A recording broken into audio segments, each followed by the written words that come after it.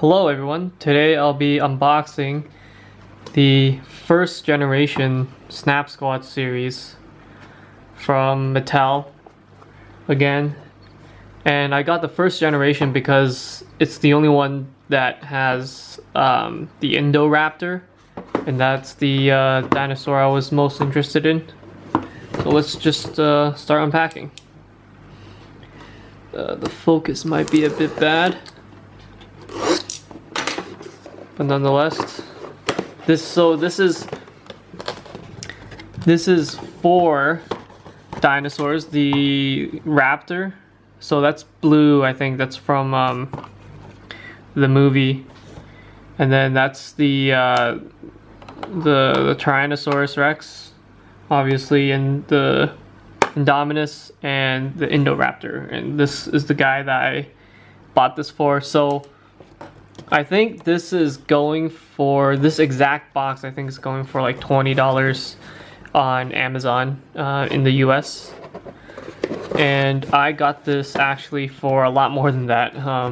We don't have Amazon here, and there was a markup. I guess this is not like the stock for this particular generation of Snap Squad is just a lot less.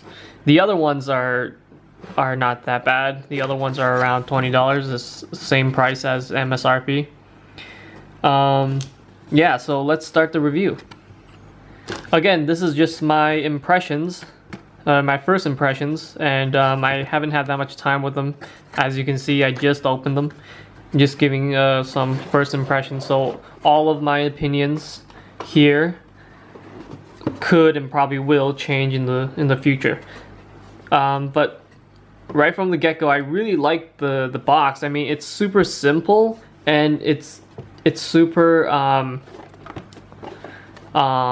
it's just very stock.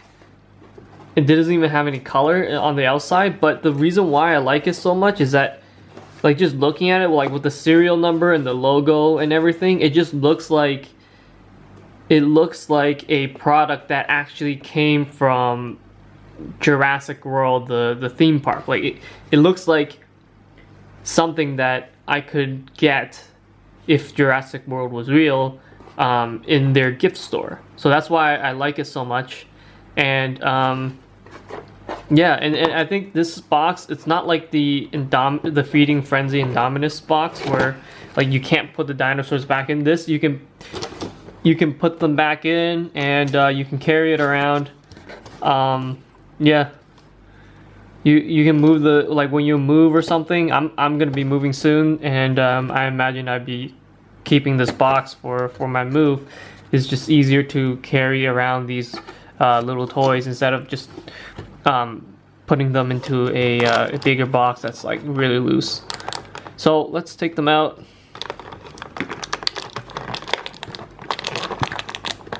Oh wow, they're kind of hard to take out. Well, we'll just...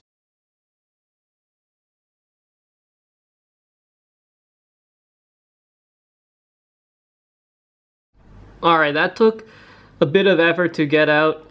I think parents will really need to help their kids get the toys out of the box, because the plastic strainers that it comes in is pretty snugly fit, and it would take quite a bit of force to actually get them out.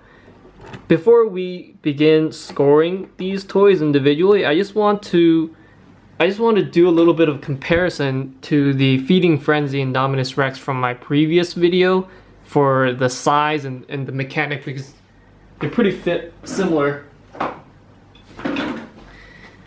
So here, I'm gonna pull the camera back a bit. So here is the Indominus from my previous video, and this is, actually let's put the Indominus here, and this is the Snap Squad. So it's much bigger. These guys also share the same bite mechanic, instead of, well, they work a bit differently. So this one you have to open with the tail, or manually open with the by pulling open its mouth. But these guys you open just by pressing down on on this little nub here. Oh, the focus is kind of bad. Yeah, so this nub here. And this is actually a spring. I can feel the spring. It's a pretty powerful spring, and as soon as you let go, it snaps down. Whereas this one, it's kind of like a lock. It's more gravity controlled. It's harder to see on video. Yeah, it's kind of hard to see on video, but the bite force of these little guys actually I feel like it's much more. The bite force is a lot more impactful than the bigger one. I think it's mainly for safety. Not sure. The smaller size does make it a bit safer. Although I can still see, yeah, I can still see kids hurting themselves on this. Whereas for the bigger one, I don't think kids can hurt themselves that easily. Whereas the smaller ones, they probably can, because the force is just so much stronger. So that's like the overview of the Gimmick. I'll set aside the Indominus for now. And then let's go on to scoring these toys. Okay, let's move on to the scoring categories. Once again, they are build quality, handleability, design, and gimmick. So build quality, what I mean by that is just generally how well the toy is constructed and how good the materials feel. Handleability is how good the toys feel in the hands, and like whether or not I feel like they can sustain a lot of playtime, and whether or not I will actually like to carry them around. And for design, it's simply the design of the toy, the looks, and I guess the character design. And for gimmick, I'm just going to be reviewing the special mechanics that come with the toy. For build quality, I will actually score after I give my impressions, because these are like the very first minutes I've had them. And I'm just going to walk through my thoughts as I score it. So right off the bat, the materials, like the plastic on this, feels actually higher quality. It feels like higher definition, if you know what I mean. Like it looks higher resolution, like the coloring and the texture of the material looks higher resolution than the Indominus. I guess it's because of the small size, right? Whereas the smaller size of the overall body means that there's not enough room to really sculpt out as much details as the Indominus. Like look how much more detailed the head and the snout is versus this one. So I think the smaller toy has the advantage in terms of the texture and the coloring of the material, whereas the bigger toy obviously has the advantage of the details in the shape. Other than that, I see a lot of construction or assembly gaps here, like these like creases over here and on the belly.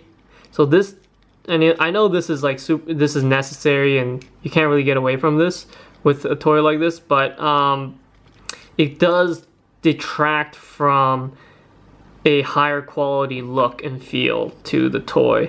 Although the good thing is that you're usually not looking there. Like they usually display like this or like this or like this, so you don't really pay much attention to here or the back of the head here. Let me just look at the other toys. Yep, it's pretty similar with the other toys, although for the black Indoraptor, it's harder to notice, and for the T-Rex it's even harder to notice because of the contrast in color here. Yeah, I think the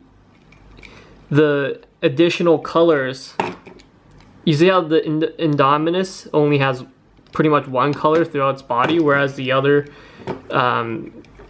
dinosaurs are a bit more colorful. I think that really adds to it.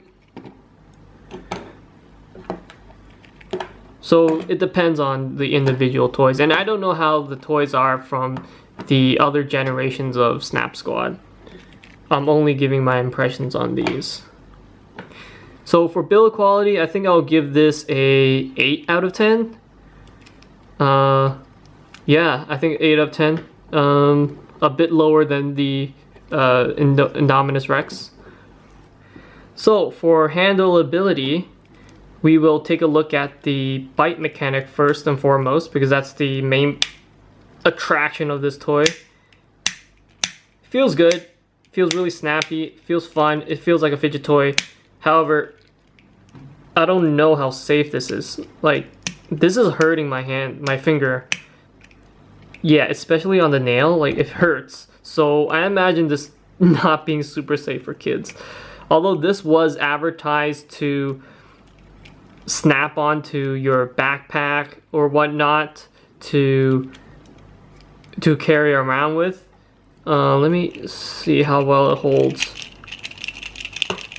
So this is not even like a bag or anything, or like a backpack. This is just, it's a pencil, or it's a pen, and okay, it does shake off, but I mean, I imagine this would do much better on something that's flat and it can actually hold. So I'm not worried about that. One thing about the limbs is that I thought the limbs were going to be a point of concern because they feel very loose, they feel like they can snap off easily, but when I'm actually playing around with them in my hands, they actually give a lot of freedom in terms of the positioning of how I can hold them. And that, to me, is a huge plus. Yeah, so I think that's actually good, but yeah, again, maybe this could snap off at some point if you're too rough on them.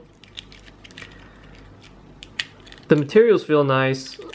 Again, it's a hard plastic toy, so you don't want to like snuggle with it while you're sleeping. I know a lot of kids would do that.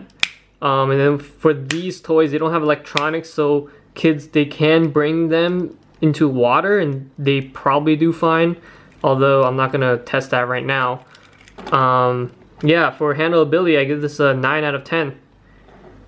Really fun toy to just have around. I can imagine myself just fidgeting with them while I'm at my desk or while I'm watching TV or something. And this is probably as close to a fidget spinner or a fidget toy as you can get that looks like a dinosaur. That in itself, I think, would appeal to a lot of people. For design, again, these are super cute. They make dinosaurs look so much more adorable, but at the same time, they don't, like, you can still tell this is an Indoraptor. You can still tell this is Indominus Rex, this is a raptor, and this is Tyrannosaur. Although, yeah, it might be a bit hard to differentiate the species in the other Snap Squad toys. Might take like a little bit of like a second or two to figure out which one's which. But I really like these designs. I could see them being very divisive. Like, some people either really love it or really hate it. Personally, I really like it. I think they maintain that kind of natural look that dinosaurs have, like that really natural regality. It doesn't add a lot of like sci-fi elements or anything like that that I've seen in other dinosaur toys. Yeah, and the thing about these ones versus like the bigger one is that they don't have as much detail because they don't have as much like real estate to work with. So you can see that this Indominus, the eyes is not as detailed, and the snout and stuff is a lot more simplified. So I think that is like a little bit of a minus to me, although they do a pretty good job for how small the toys are. So I think I'll give design a 8 out of 10. Yeah, I'll give it 8 out of 10. Not full score because of this divisiveness and because of the lack of detail that you can really put into a toy of this size. For the Gimmick, I already, like, without going through my thoughts, I think I'm already gonna give this a 9 out of 10. It's almost full score. The only thing that's keeping it away from a full score is the safety element. Like, this hurts. And to kids, this is even more dangerous.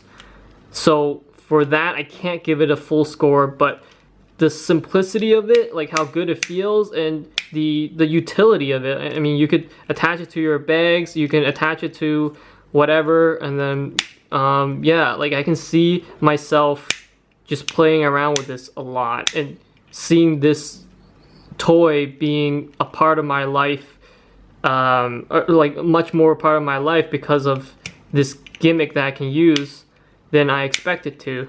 This is not just a toy that I would just put on a display case and never touch again. Definitely not. For that reason, I'm gonna give it a 9 out of 10 for Gimmick. So overall, these toys are a 8 out of 10 for me.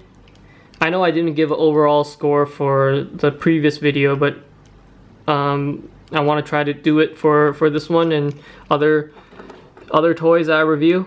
I think the only things that's holding it back is the small size, which means lack of detail in terms of the shapes, and the safety element. I think if this was just like a big cushion somehow, or if this is like a little bit safer somehow, I think this would have been a solid 9 out of 10 for the toy.